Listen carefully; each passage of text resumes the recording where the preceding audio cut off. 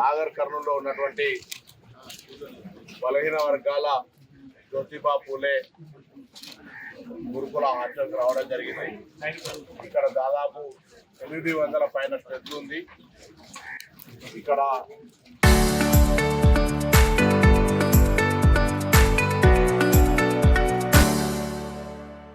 వసతులు, విద్యార్థులకు విద్యా బోధన యొక్క స్టాండర్డ్స్ ను ప్రధానంగా ఈ యొక్క పాఠశాల గురుకుల పాఠశాల యొక్క పరిస్థితులను గమనించినప్పుడు ఇక్కడ అన్ని రకాల సౌకర్యాలకు సంబంధించి లేదా విద్యా బోధన సక్రమంగా జరుగుతున్నా తప్పకుండా ప్రభుత్వం సంక్షేమం పట్ల చాలా ప్రాధాన్యత ఇస్తూ ఉంది.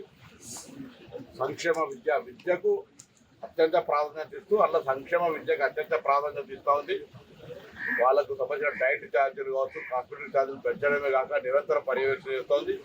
ఈ సందర్భంలో బలహీన వర్గాల శాఖ మంత్రిగా తెలంగాణ వ్యాప్తంగా ఉన్నటువంటి అన్ని రాజకీయ పార్టీల ప్రజాప్రతినిధులను, అన్ని రకాల అధికారులు, కలెక్టర్లే కాక ఎస్పీలే కాక ఐఏఎస్, ఐపీఎస్, ఐఎఫ్ఎస్ సంబంధించిన కొంత స్ఫూర్తినిచ్చేయగలిగేటువంటి ప్రతి వ్యక్తి సమాజంలో ఈ వ్యక్తి స్ఫూర్తినియగలుగుతాడు అనుకునేటప్పుడు అందరూ కూడా హాస్టళ్లలోకి వెళ్ళి పిల్లలకు కొంత స్ఫూర్తినివ్వడం కావచ్చు, కొంత కార్పొరేట్ సోషల్ రెస్పాన్సిబిలిటీ ఫండ్ కింద పాఠశాలలకు సంబంధించి గురుకుల హాస్టళ్లలో ప్రభుత్వ పరంగా మేము చేయగలిగేంత చేస్తూ ఉన్నాం.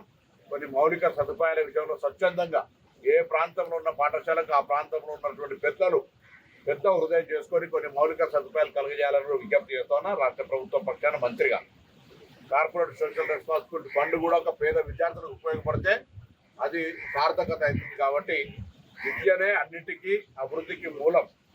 పిల్లలంతా కష్టపడి చదివే విధంగా, అధ్యాపకులంతా కూడా క్రమశిక్షణతో విద్యా బోధన అందించే విధంగా ప్రభుత్వం అన్ని రకాల ఇన్ఫ్రాస్ట్రక్చర్ సౌకర్యాలు కలిగించే 3 రకాల వ్యవస్థల ద్వారా ఈరోజు ప్రభుత్వ పాఠశాలలు ప్రైవేట్ పాఠశాలలతో పోటీపడి రిజల్ట్స్లో 98% పైన సాధిస్తున్నారు. వాళ్ళందరికీ అధ్యాపకులందరికీ కూడా అభినందనలు, కష్టపడి చదువుతున్న పిల్లలకు అభినందనలు, ఈ కార్యక్రమాన్ని పర్యవేక్షిస్తున్నటువంటి శాఖపరమైన సిబ్బంది కూడా అభినందనలు. కానీ దీంతో పాటుగా ఇంకా ఉన్నతంగా అంటే గ్రూప్ 1, గ్రూప్ 2 లేదా యూపీపీఎస్సీ లాంటి పరీక్షలకు సన్నద్ధమయ్యేటువంటి ఒక మైండ్ సెట్ను ఫిక్స్ చేయాలి.